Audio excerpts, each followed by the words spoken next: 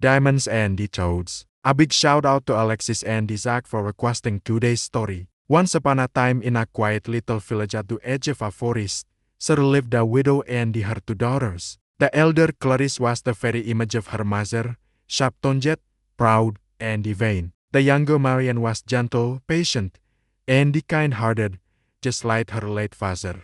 The cottage was humble, with ivy creeping up the stone walls, and a small garden of herbs and the wild flowers that Maran tended daily. Though poor in possessions, it was often rich in the scent of rosemary and thyme. And when the sun set over the hills, the whole place glowed gold. But despite the simple beauty of their life, the house was full of discord.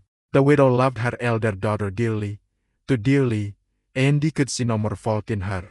Clarice was indulged in every way, praised for every word, excused for every cruelty. She dressed in ribbons and lace even when there was barely enough bread on the table. Marianne, by contrast, wore plain dresses mended at the hem and the sleeves. She did all the work, fetching water from the distant well, washing clothes, cooking, cleaning, and tending the fire in winter. Her mother's voice was sharp whenever she spoke to her. "Stop daydreaming, Marianne. You will never be anything but a servant if you keep your head in the clouds." But Marianne did not answer back. She had learned long ago that kindness was the only armor she could afford. Music one summer afternoon. The sun was fierce upon the fields and the air shimmered with heat. The widow realized there was no more water left in the house. "Marianne, go to the well at once. The one beyond the orchard. It's the freshest. Take the largest jug. Don't dawdle." It was nearly a mile away, and the path wound through dry grass and the thickets of briar, but Marianne said nothing. She lifted the jug, tied a kerchief over her hair, and set off. The air was heavy with the buzzing of bees, and her feet brushed the dust of the path. Music by the time she reached the old stone well, her arms were trembling with fatigue. She lowered the bucket, filled her jug carefully, and sat on the edge to rest a moment. It was then she heard a faint voice. "My dear child, might it trouble you for a drink of water?" "Of course, ma'am. You must be very much parched in this heat." Marianne set down her jug at once. She dipped her jug again, rinsed it clean, and drew fresh water from the well. Holding it carefully, she offered it to the old woman, who drank with slow, grateful sips. "You are too kind, my dear. Not man would serve a stranger so sweetly." "It's nothing, ma'am. You look thirsty and you was here." "It is not nothing, child. Few hearts are so poor that they do good without thought of reward." The old woman's eyes gleamed with something ancient and knowing. She straightened slowly, and in an instant, her form shimmered and changed. She was no more longer a beggar, but a fairy, glowing faintly as moonlight. "Oh, forgive me. You did not know. You have done no more wrong, child. You have shown a pure heart.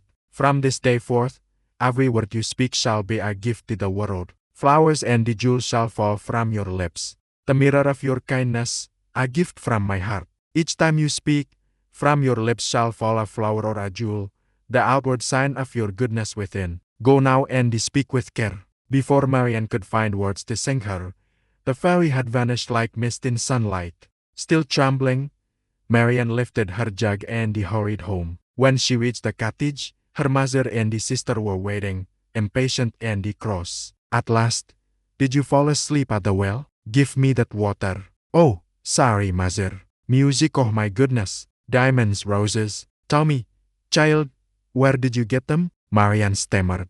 And as she spoke, more jewels, pearls, sapphires, and the delicate blooms fell from her lips. The floor sparkled with them. Clarice gasped. "Mother, she's bewitched." "Bewitched? Nonsense. This is fortune smiling upon you as." Marianne told the story as best she could, and with every gentle word, more gems tumbled down. Her mother gathered them greedily in her apron, her mind racing with the riches they promised. When Marianne finished, her mother gripped Clarice's arm. "You must go to that well at once. Do exactly as your sister did, and you shall be twice as rich." Clarice was not pleased by this idea. The thought of walking a mile in the sun and fetching water like a servant made her wrinkle her nose.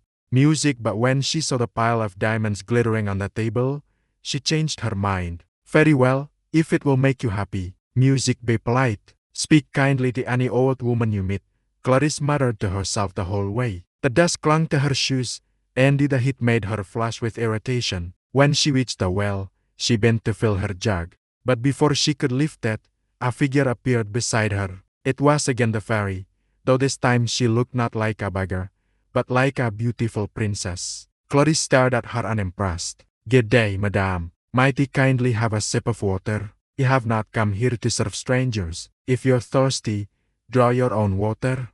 You would deny water to one who thirsts. You would deny it to anyone who thinks me a servant.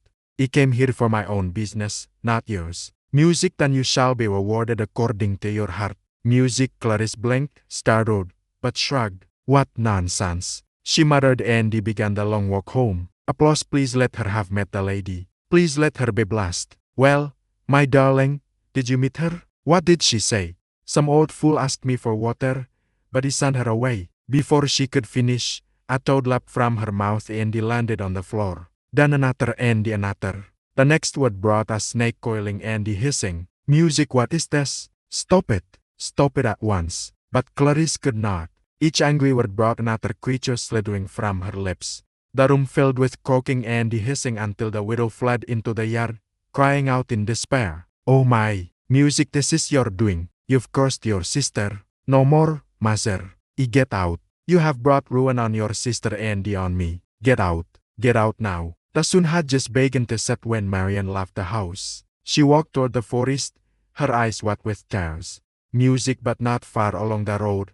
A carriage approached, a fine one, drawn by white horses and bearing the king's crest upon its door. Inside sat the prince, returning from a hunt. When he saw the girl walking alone, he ordered the driver to stop. "Young woman, are you in trouble?" "No more trouble, my lord, only sorrow." And as she spoke, pearls and lies fell from her mouth. "What miracle is this?" He stepped down from the carriage and spoke with her. Her voice was soft as birdsong, and with every word she uttered, beauty itself seemed to take form around her. Petals on the breeze, jewels glinting in the light. The prince was utterly enchanted. "Come with me. My father must meet the maiden whose words are jewels." Marani hesitated, but something in his eyes, honest and gentle, made her trust him. She climbed into the carriage and they rode to the royal palace. The king and the queen received her in the grand hall, and when she curtsied and greeted them, diamonds rolled across the marble floor. The courtiers gasped, and the queen's eyes widened. The court erupted in whispers. "Such grace, such modesty. Surely heaven has blessed you. And what reward could be fitting for such virtue? If she will have me, father, let that be her reward." The king studied the girl for a long moment, then nodded. "So be it. A woman whose words bear flowers will surely make the kingdom bloom." And so Marian became the prince's bride. Her wedding gown shimmered like moonlight, and wherever she spoke, blossoms scattered along her path. Applause. The people loved her for her kindness, her humility, and her radiant smile. But in the village, things grew bleak. The widow, in her bitterness, found no more comfort in her riches. The jewels she had gathered seemed dull and worthless now that her kind daughter was gone. What good are riches when joy itself has fled? As for Clarice, no more one dared speak to her. The creatures that leapt from her mouth drove people away in fear and disgust. Even her mother at last could not bear it. "You brought shame and misery on you as both.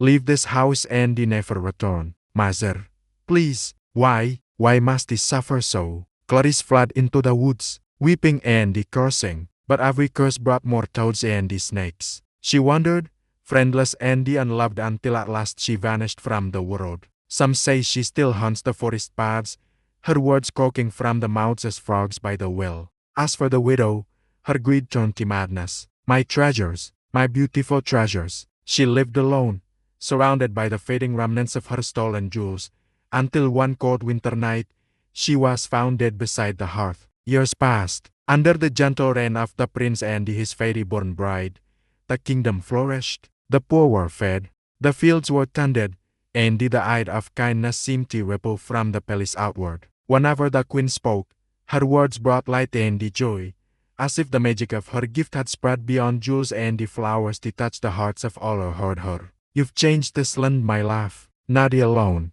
Kindness spreads like sunlight. It warms every heart it touches."